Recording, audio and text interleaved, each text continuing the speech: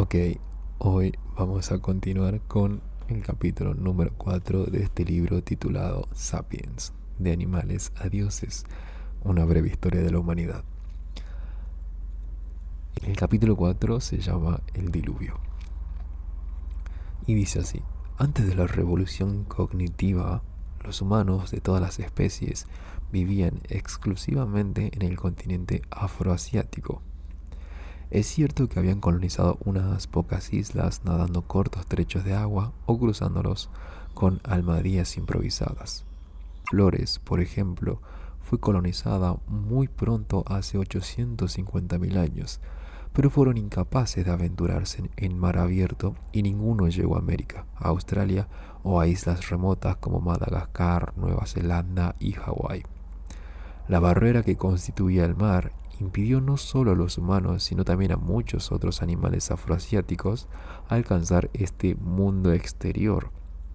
Como resultado, los organismos de tierras distantes como Australia y Madagascar evolucionaron en aislamiento durante millones y millones de años, adoptando formas y naturalezas muy diferentes de las de sus parientes afroasiáticos. El planeta Tierra estaba dividido en varios ecosistemas distintos, cada uno de ellos constituidos por un conjunto único de animales y plantas. Sin embargo, Homo sapiens estaba a punto de poner punto final a esta exuberancia biológica. A raíz de la evolución cognitiva, los sapiens adquirieron la tecnología, las habilidades de organización y quizá incluso la visión necesaria para salir de Afroasia y colonizar el mundo exterior. Su primer logro fue la colonización de Australia hace unos 45.000 años. Los expertos tienen dificultades para explicar esta hazaña. Con el fin de alcanzar a Australia, los humanos tuvieron que cruzar varios brazos de mar, algunos de más de 100 kilómetros de ancho. Al llegar tuvieron que adaptarse casi de la noche a la mañana a un ecosistema completamente nuevo. Che, bastante impresionante.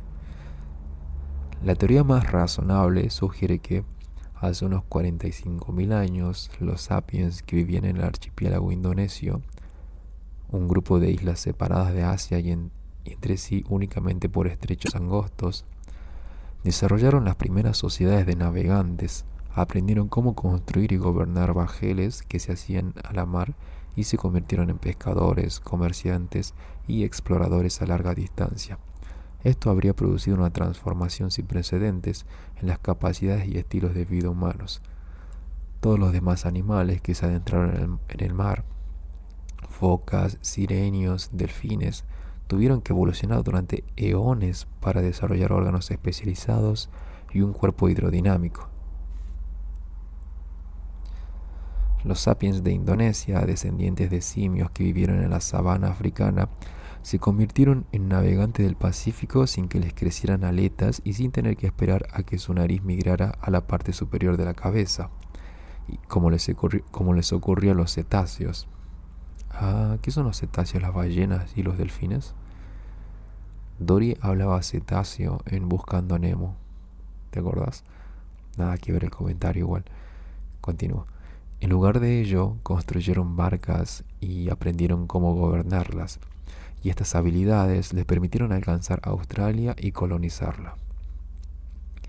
Es cierto que los arqueólogos todavía no han desenterrado balsas, remos o aldeas de pescadores que se remonten a hace 45.000 años. Serían difíciles de descubrir porque el nivel del mar ha subido y ha sumergido la antigua línea de costa de Indonesia bajo 100 metros de océano. Muchísimo. Aparte de todo eso, ese es el problema de lo que hablaba un poco el capítulo anterior acerca de que nosotros denominamos una cierta etapa de la historia como la edad de piedra, porque se encontraron muchos utensilios y herramientas hechas de piedra. Pero la verdad es que era probablemente la edad de madera, nada más que los utensilios y cosas hechas de madera terminan desintegrándose con el tiempo, no perduran tanto, ¿no? Por ahí con el tema de las balsas y esas cosas sucedió lo mismo. ¿En dónde había quedado? No obstante, existen sólidas pruebas circunstanciales que respaldan esta teoría, especialmente el hecho de que En los miles de años que siguieron a su instalación en Australia, los sapiens colonizaron un gran número de islas pequeñas y aisladas en el norte. Algunas, como Buka y Manus, estaban separadas de la tierra más próxima por 200 kilómetros de aguas abiertas. Es difícil creer que alguien hubiera alcanzado y colonizado Manus sin embarcaciones complejas y habilidades de navegación. Tal como se ha mencionado anteriormente, existen asimismo pruebas fehacientes de comercio marítimo regular entre algunas de dichas islas, como Nueva Irlanda y Nueva Bretaña. El viaje de los primeros humanos a Australia es uno de los acontecimientos más importantes de la historia, al menos tan importante como el viaje de Colón a América o la expedición del Apolo 11 a la Luna. Fue la primera vez que un humano consiguió abandonar el sistema ecológico afroasiático. En realidad, la primera vez que un mamífero terrestre grande había conseguido cruzar desde Afroasia a Australia. De mayor importancia todavía fue lo que los primeros pioneros humanos hicieron en este nuevo mundo. El momento en el que el primer cazador-recolector pisó una playa australiana fue el momento en el que el Homo sapiens ascendió el peldaño más alto en la cadena alimentaria en un continente concreto, y a partir de entonces se convirtió en la especie más mortífera en los anales del planeta. Che, es muy interesante esto, claro, porque de repente el ser humano llegó a un lugar en la Tierra que estaba literalmente, había evolucionado durante millones de años para cualquier cosa, menos para que llegue una especie como el Homo a ese lugar. Como que literalmente puede hacer desastres, porque claramente no estaba preparado para eso. Es como que de repente llegue desde otro planeta una nueva especie y claramente va a hacer desastres acá en la Tierra, porque evolucionamos, sí, muchísimos años, pero no preparados para recibir una visita así, ¿no? La verdad que es una verdadera locura pensar que en el momento en que el ser humano puso un pie sobre ese continente, pues de repente se convirtió en el eslabón más alto de la cadena alimentaria, cuando en otro lugar era simplemente un animal más luchando por sobrevivir. Es muy impresionante. Me recuerda un poco al dicho ese que nadie es profeta en su propia tierra.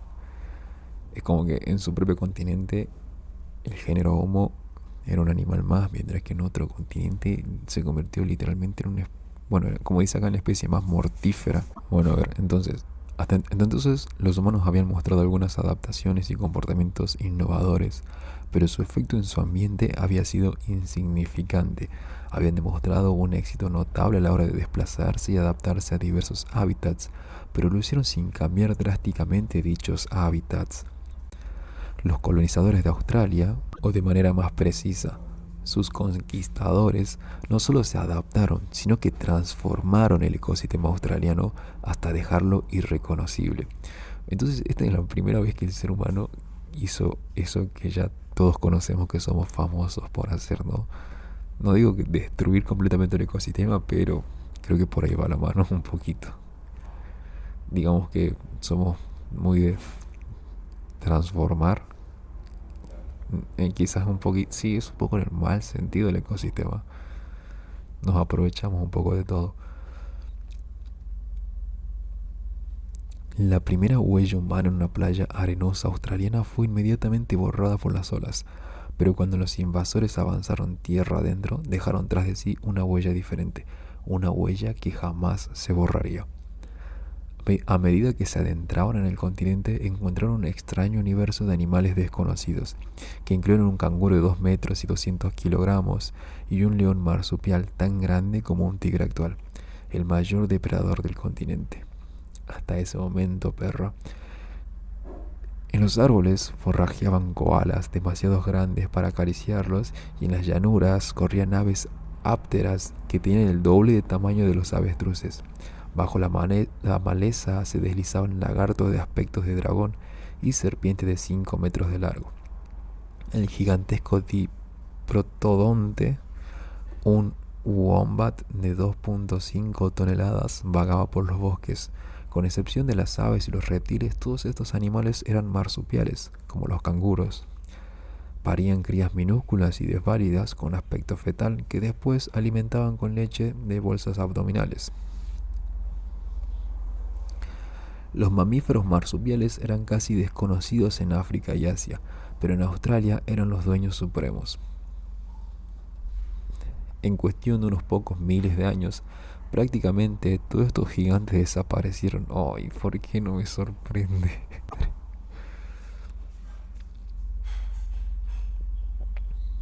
De las 24 especies animales que pesan 50 kilogramos o más, 23 se extinguieron. No, qué locura. O sea, y no es casualidad, ¿no? Uy, justo llegó el ser humano y se extinguieron 23 de las 24 especies que pesan más de 50 kilogramos. También desapareció un gran número de especies más pequeñas. Las cadenas alimentarias en todo el ecosistema australiano se descompusieron y se reorganizaron. Fue la transformación más importante del ecosistema australiano durante millones de años. Pero, ¿fue acaso todo culpa del Homo sapiens? Muy buena pregunta. Hasta ahora pareciera que sí, digamos una gran de casualidad. Espero que no. No sé, vamos a averiguarlo. Culpable de los cargos imputados. Algunos estudiosos intentan exonerar a nuestra especie, cargando las culpas a los caprichos del clima, el chivo expiatorio habitual en tales casos. Sin embargo, es difícil creer que Homo sapiens fuera completamente inocente. Hay tres tipos de pruebas que debilitan la coartada del clima e implican a nuestros antepasados en la extinción de la megafauna australiana. Tres pruebas son bastante pruebas en contra. En primer lugar, aunque el clima de Australia cambió hace unos 45.000 años, esto no supuso ningún trastorno notable. Es difícil creer que únicamente unas nuevas pautas meteorológicas pudieron haber causado una extinción tan generalizada. Hoy en día es común explicarlo todo como resultado del cambio climático, pero lo cierto es que el clima de la Tierra nunca descansa. Se halla en flujo constante. Así pues, podemos afirmar que todos los acontecimientos de la historia tuvieron lugar con algún cambio climático de fondo.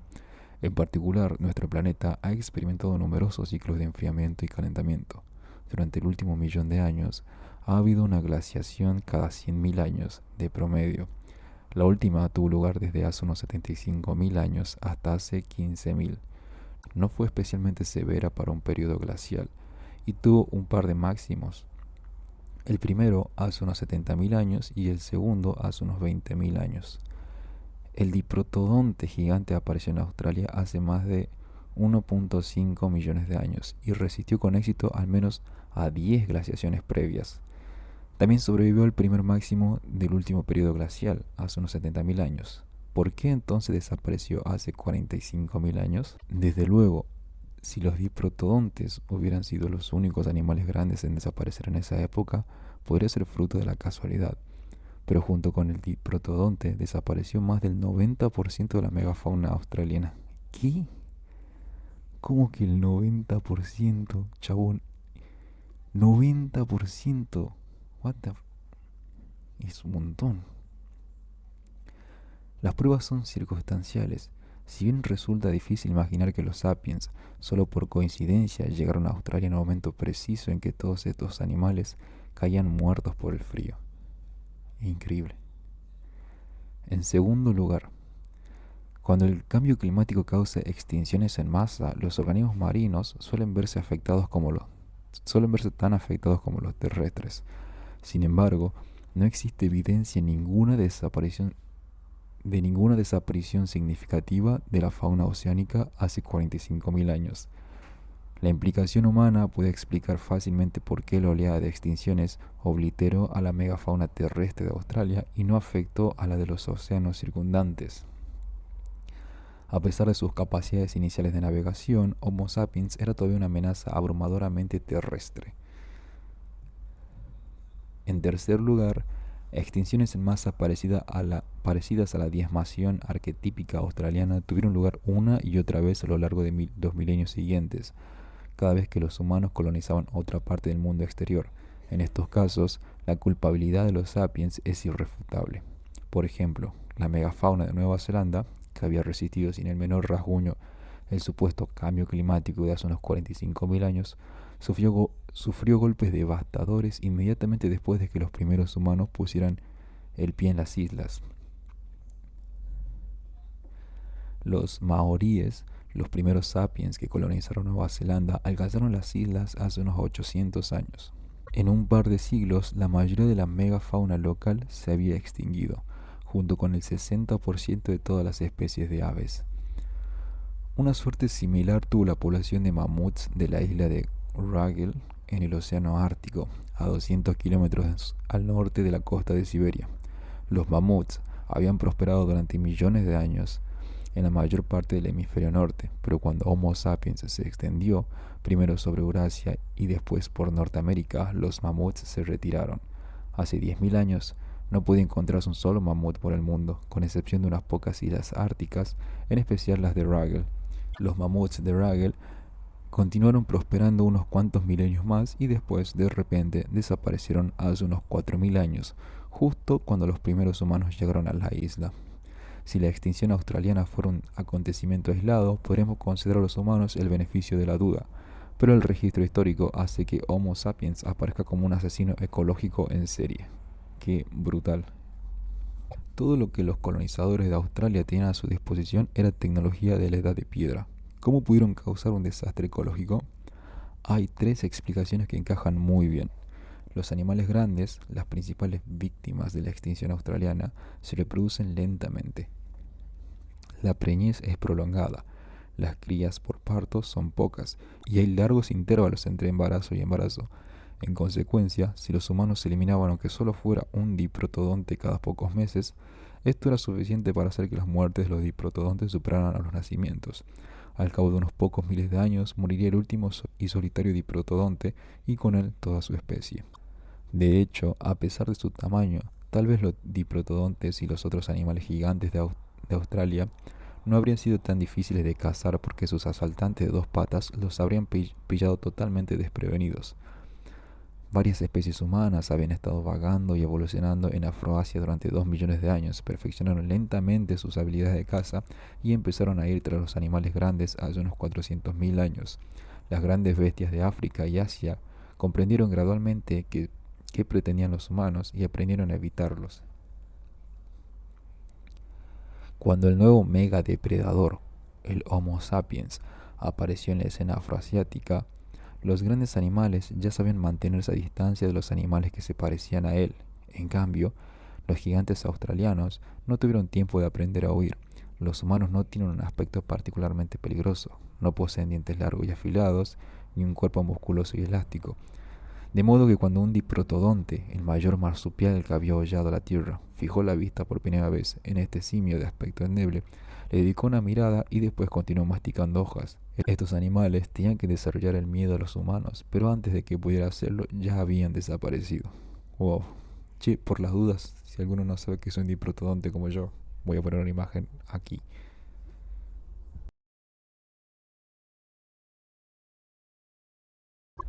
La segunda explicación es que cuando los sapiens llegaron a Australia, ya dominaban la agricultura del fuego. Enfrentados a un ambiente extraño y amenazador, incendiaban deliberadamente vastas áreas de malezas infranqueables y bosques densos para crear praderas abiertas, que entonces atraían animales que se podían cazar con más facilidad y que eran más adecuadas a sus necesidades. De esta manera, cambiaron completamente la ecología de grandes partes de Australia en unos pocos milenios. Un conjunto de pruebas que respaldan esta hipótesis es el registro fósil vegetal. Los árboles del género Eucalyptus eran raros en Australia hace unos 45.000 años. Sin embargo, con la llegada de Homo sapiens se inauguró una edad dorada para estas especies, puesto que los eucaliptos son particularmente resistentes al fuego. Se extendieron por todas partes mientras otros árboles y matorrales desaparecían. Estos cambios en la vegetación influyeron en los animales que comían las plantas y en los carnívoros que comían a los herbívoros. Los koalas, que subsisten únicamente a base de hojas de eucaliptos, se abrieron camino masticando felizmente a nuevos territorios, mientras que la mayoría de los demás animales sufrieron mucho. Numerosas cadenas alimentarias australianas se desplomaron, conduciendo a la extinción a los eslabones más débiles.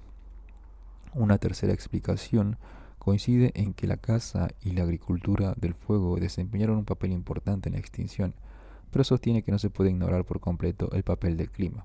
Los cambios climáticos que hostigaron a Australia hace unos 45.000 años desestabilizaron el ecosistema y lo hicieron particularmente vulnerable. En circunstancias normales es probable que el sistema se hubiera recuperado como había ocurrido muchas veces con anterioridad. Sin embargo, los humanos aparecieron en escena precisamente en esta encrucijada crítica y empujaron al abismo al frágil ecosistema.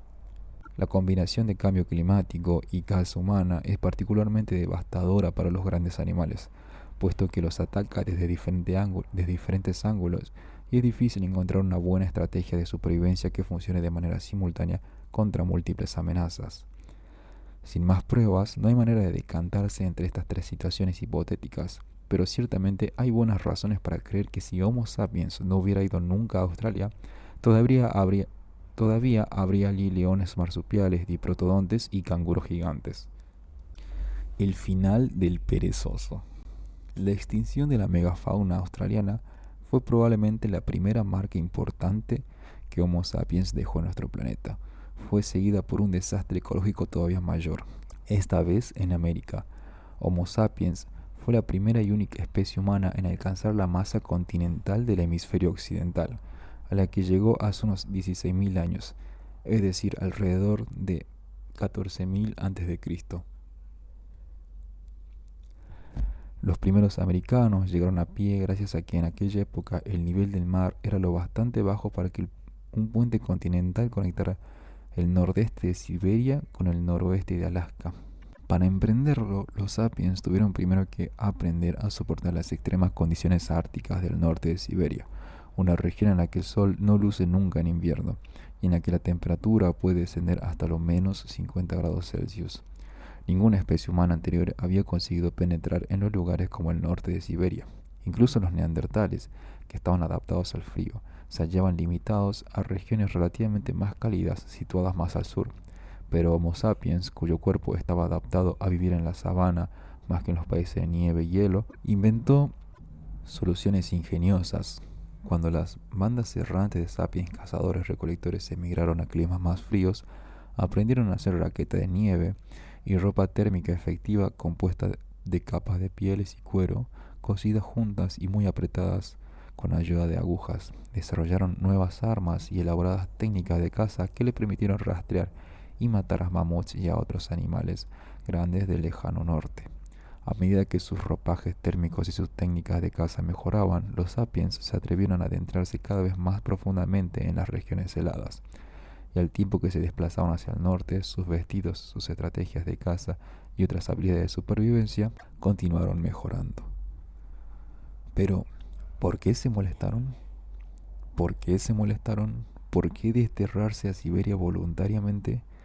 Quizás algunas bandas fueron empujadas hacia el norte por guerras, presiones demográficas o desastres naturales, aunque también había razones positivas para ir.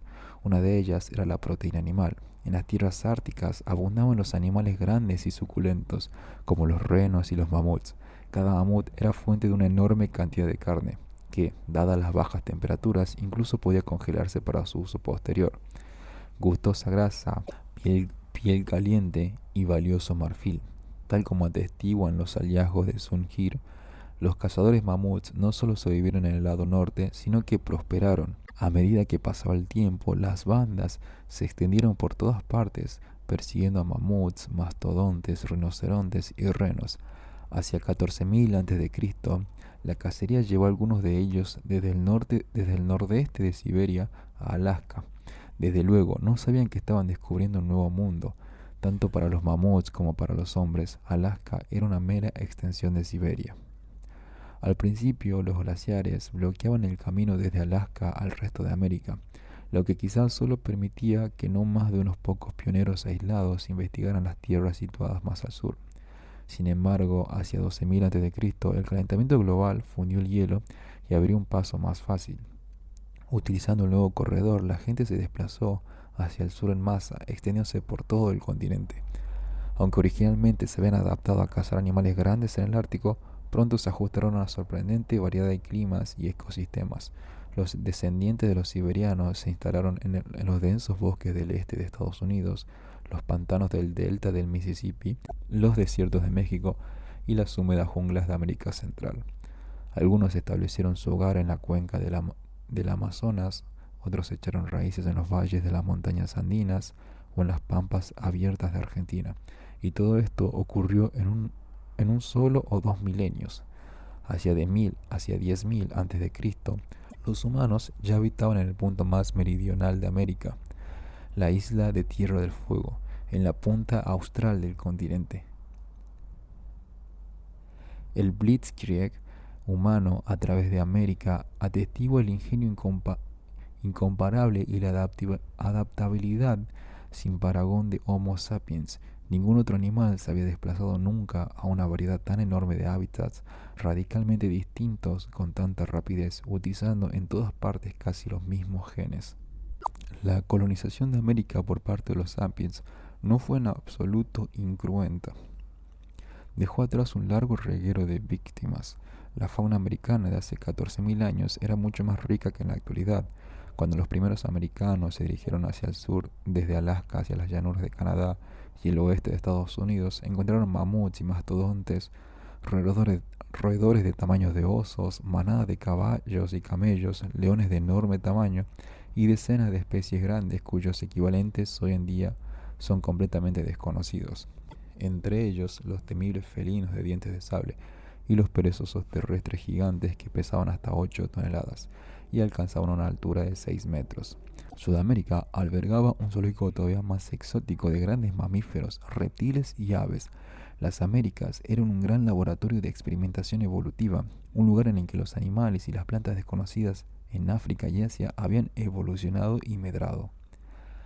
Sin embargo, toda esa diversidad desapareció. 2000 años después de la llegada de los sapiens, la mayoría de estas especies únicas se habían extinguido.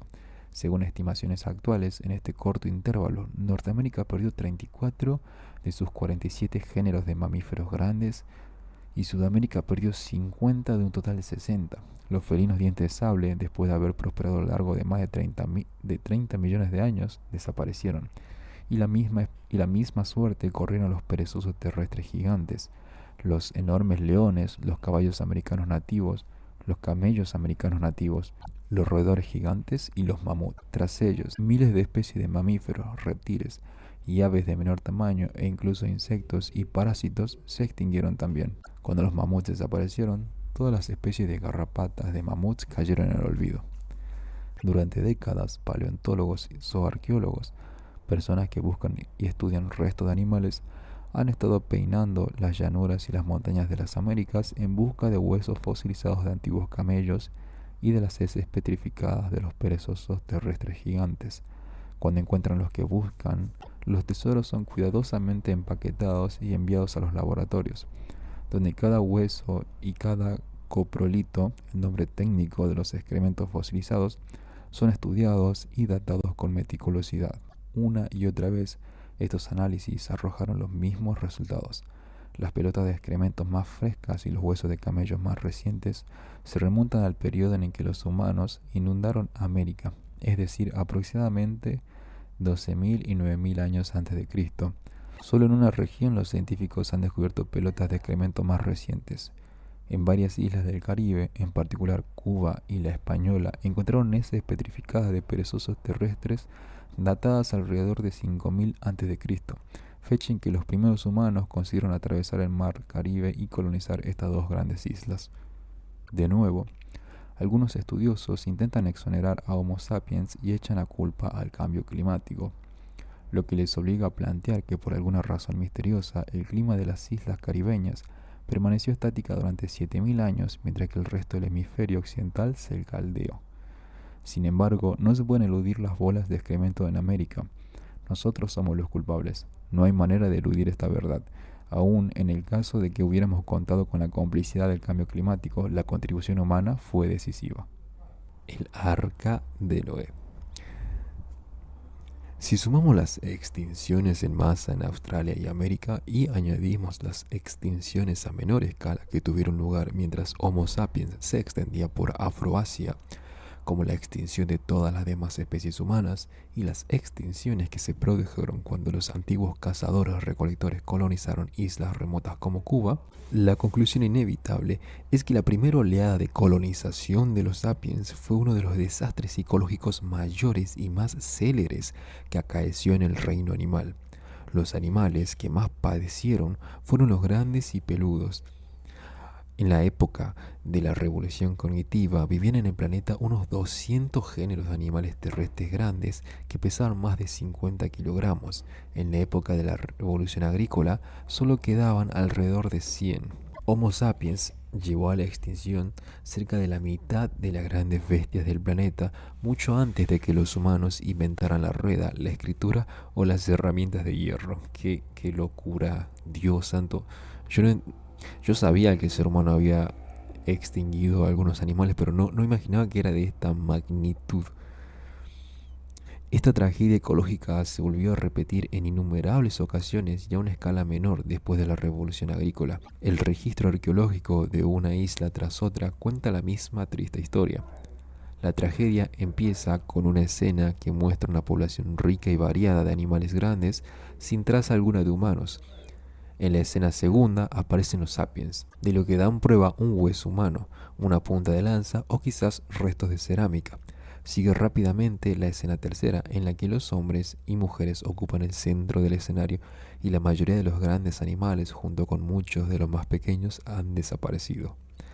La gran isla de Madagascar, a unos 400 kilómetros al este del continente africano, ofrece un ejemplo famoso. A lo largo de millones de años de aislamiento, allí evolucionó una colección única de animales. Entre ellos se contaban el ave elefante, un animal áptero de 3 metros de altura y que pesaba casi media tonelada, la mayor ave del mundo, y los lémures gigantes, los mayores primates del globo. Las aves, elefantes y los lémures gigantes, junto con la mayor parte de los demás animales grandes de Madagascar, desaparecieron de repente hace unos 1500 años, precisamente cuando los primeros humanos pusieron el pie en la isla. En el Océano Pacífico, la principal oleada de extinción empezó alrededor de 1500 a.C., cuando los agricultores polinesios colonizaron las islas de Salomón, Fiji y Nueva Caledonia. Eliminaron directa o indirectamente a cientos de especies de aves, insectos, caracoles y otros habitantes locales. Desde allí, la oleada de extinción se desplazó gradualmente hacia el este, el sur y el norte, hacia el centro del Océano Pacífico, arrasando a su paso la fauna única de Samoa y Tonga, 1200 a.C., y las Islas Marquesas, 1 después de Cristo, la isla de Pascua, las Islas Cook o Cook y Hawái, 500 después de Cristo, y finalmente Nueva Zelanda, 1200 después de Cristo. Desastres ecológicos similares ocurrieron en casi todos los miles de islas que salpican el Océano Atlántico, el Océano Índico, el Océano Ártico y el Mar Mediterráneo. Los arqueólogos han descubierto incluso en las islas más diminutas pruebas de la existencia de aves, insectos y caracoles que vivieron allí durante incontables generaciones y que desaparecieron cuando llegaron los primeros agricultores humanos. Solo unas pocas islas extremadamente remotas se libraron de la atención del hombre hasta época moderna. Y estas islas mantuvieron su fauna intacta. Las Islas Galápagos, para poner un ejemplo famoso, permanecieron inhabitadas por los humanos hasta el siglo XIX, por lo que preservaron su zoológico único, incluidas las tortugas gigantes, que como los antiguos diprotodontes no muestran temor ante los humanos. La primera oleada de extinción que acompañó a la expansión de los cazadores-recolectores fue seguida por la segunda oleada de extinción que acompañó la expansión de los agricultores, y nos proporciona una importante perspectiva sobre la tercera oleada de extinción que la actividad industrial está causando en la actualidad. No crea el lector a los ecologistas sentimentales que afirman que nuestros antepasados vivían en armonía con la naturaleza. Mucho antes de la revolución industrial, Homo sapiens ostentaba el récord entre todos los organismos por provocar la extinción del mayor número de especies de plantas y animales. Poseemos la dudosa distinción de ser la especie más mortífera en los anales de la biología. Quizás, si hubiera más personas conscientes de las extinciones de la primera y la segunda oleada, se mostrarían menos indiferentes acerca de la tercera oleada, de las que forman parte. Si supiéramos cuántas especies ya hemos erradicado, podríamos estar más motivados para proteger a las que todavía sobreviven. Esto es especialmente relevante para los grandes animales de los océanos. A diferencia de sus homólogos terrestres, los grandes animales marinos sufrieron relativamente poco en las revoluciones cognitiva y agrícola, pero muchos de ellos se encuentran ahora al borde de la extinción como resultado de la contaminación industrial y el uso excesivo de los recursos oceánicos por parte de los humanos. Si las cosas continúan al ritmo actual, es probable que las ballenas, tiburones, atunes y delfines sigan el mismo camino hasta el olvido que los diprotodontes, los perezosos terrestres y los mamuts. Entre los grandes animales del mundo, los únicos supervivientes del diluvio humano serían los propios humanos y los animales de granja que sirven como galeotes en el arca de Noé. Y acá termina la primera parte del libro de Animales a Dioses, una breve historia de la humanidad.